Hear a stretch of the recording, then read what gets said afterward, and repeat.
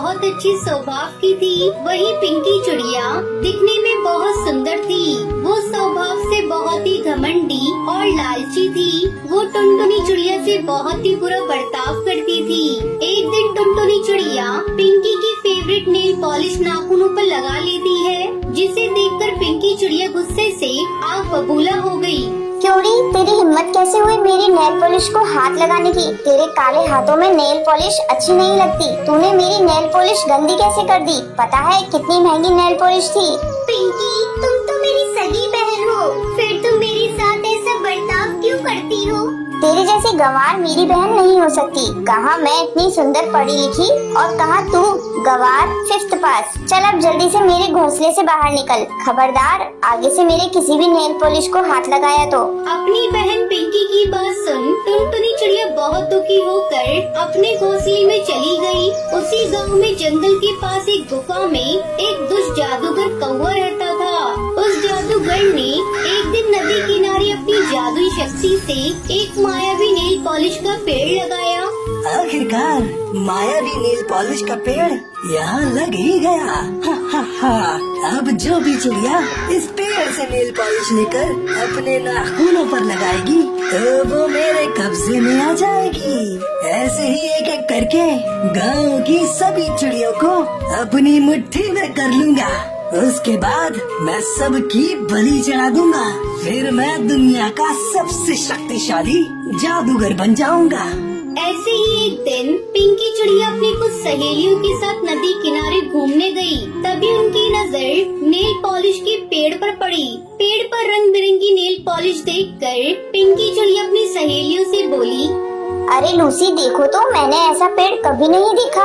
इस पेड़ पर तो ढेर सारे सुंदर सुंदर नेल पॉलिश लगी हुई है। वैसे भी मेरी फेवरेट नेल पॉलिश उस गंवार टुनटुनी ने खराब कर दी। चलो इस पेड़ से नेल पॉलिश तोड़ लेते हैं। हाँ यार, मैंने भी ऐसा पेड़ पहले कभी नहीं देखा, लेकिन ये पेड़ यहाँ आया कहाँ से? ये पेड़ आया कहीं से भी हो, है तो हमारे काम की। चल अब ज्यादा मत सोच, जल्दी से नेल पॉलिश तोड़ लेते हैं। तो ठीक कह रही है, मेरी भी नेल पॉलिश खत्म हो गई है। ऐसा मौका फिर नहीं मिलेगा। मुफ्त में इतने सारी नेल पॉलिश मिल रही है। इतना कहकर पिंकी चिड़िया और उसकी सहेलियाँ उस जादुई नेल पॉलिश के पेड़ से अपने लिए ढेर सारी नेल पॉलिश तोड़ लेती है। घर जाकर जैसे ही वो दोनों नेल पॉलिश अपने नाखूनों पर लगाती है, नेल पॉलिश लगाते ही वो दोनों जादूगर की गुफा में पहुंच जाती है। अपने आप को गुफा में पाकर तीनों बहुत घबरा गई। अरे ये हम कहाँ आ गए? तभी वहाँ जादूगर कौवा आया और हंसते हुए बोला, हा हा हा। अरे वाह सुंदर चिड़ियों, तुम्हारा स्वागत है। आखिरकार गांव की चिड़ियों ने मेरे बनाए गए मायावी पेड़ में से नेल पॉलिश लगा ही ली।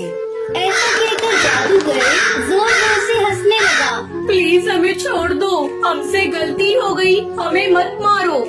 अरे चुप, तुम्हारी जैसी सुंदर चिड़ियों की बलि देखकर मेरे कुल देवता बहुत खुश होंगे और मुझे बहुत जल्द शक्तिशाली बना देंगे। मैंने जादुई नेल पॉलिश का पेड़ इसलिए तो लगाया था ताकि गांव की चिड़िया मेरे बनाए हुए जाल में फंस जाए। अब तुम दोनों मेरे कब्जे में हो। अब तुम्हें मेरे चंगुल से कोई नहीं बचा सकता। हा हा हा। दूसरी ओर काफी समय बीत जाने के बाद पिंकी चिड़िया को घर में न पाकर टुनटुनी चिंता में पड़ गई। टुनटुनी चिड़िया पिंकी को ढूंढने उनकी सहेलियों के घर गई, लेकिन वहाँ जाकर उसे पता चला पिंकी की सहेलियाँ भी घर पर नहीं है। फिर टुनटुनी परेशान होकर अपनी बहन पिंकी को ढूंढते ढूंढते नदी किनारे पहुँची। तभी उसकी नजर उस नेल पॉलिश के पेड़ पर पड़ी। उस पेड़ को देखकर टुनटुनी चौंक गई और सोचने लगी, अरे ये कैसा पेड़ है? इस पर तो रंग बिरंगी नेल पॉलिश लगी हुई है।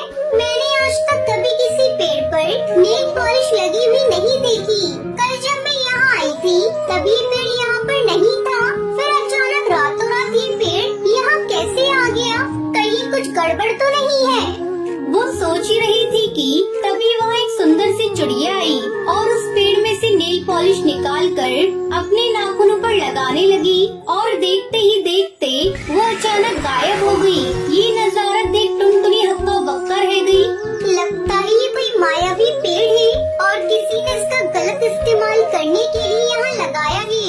मुझे लगता है मेरी बहन भी नेल पॉलिश को लगाकर गायब हुई है। मुझे अपनी बहन तक पहुँचने के लिए ये नेल पॉलिश लगानी होगी।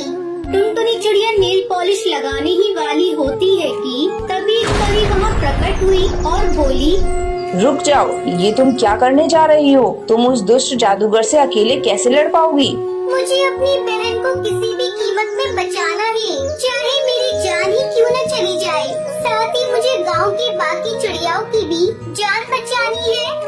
टुनटुनी, तुम बहुत ही अच्छी चिड़िया हो। तुम्हारी बहन ने तुम्हारे साथ हमेशा बुरा बर्ताव किया, लेकिन तुम अपनी बहन से बहुत प्यार करती हो, इसलिए अपनी जान की परवाह किए बिना अपनी जान खतरे में डाल रही हो। तुम्हें पता नहीं वो जादूगर कितना शक्तिशाली है। वो गांव की सुंदर सुंदर चिड़िया की बलि देकर बहुत ही शक्तिशाली बनना चाहता है, इसलिए मैं तुम्हें एक जादुई भस्म दे रही हूँ। वहाँ जाते ही उस जादूगर के ऊपर चुपके से छिड़क देना।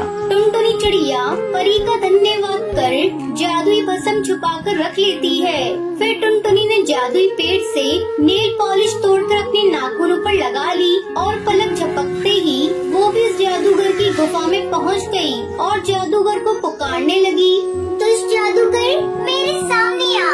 मैं जानती हूँ तूने मेरी बहन और बाकी गांव की चिड़ियाओं को यहाँ कैद करके रखा है। तेरी भलाई इसी में है, उन सबको छोड़ दे, वरना तेरे लिए अच्छा नहीं होगा। तभी अचानक जादूगर हंसते हुए वहाँ आ पहुँचा।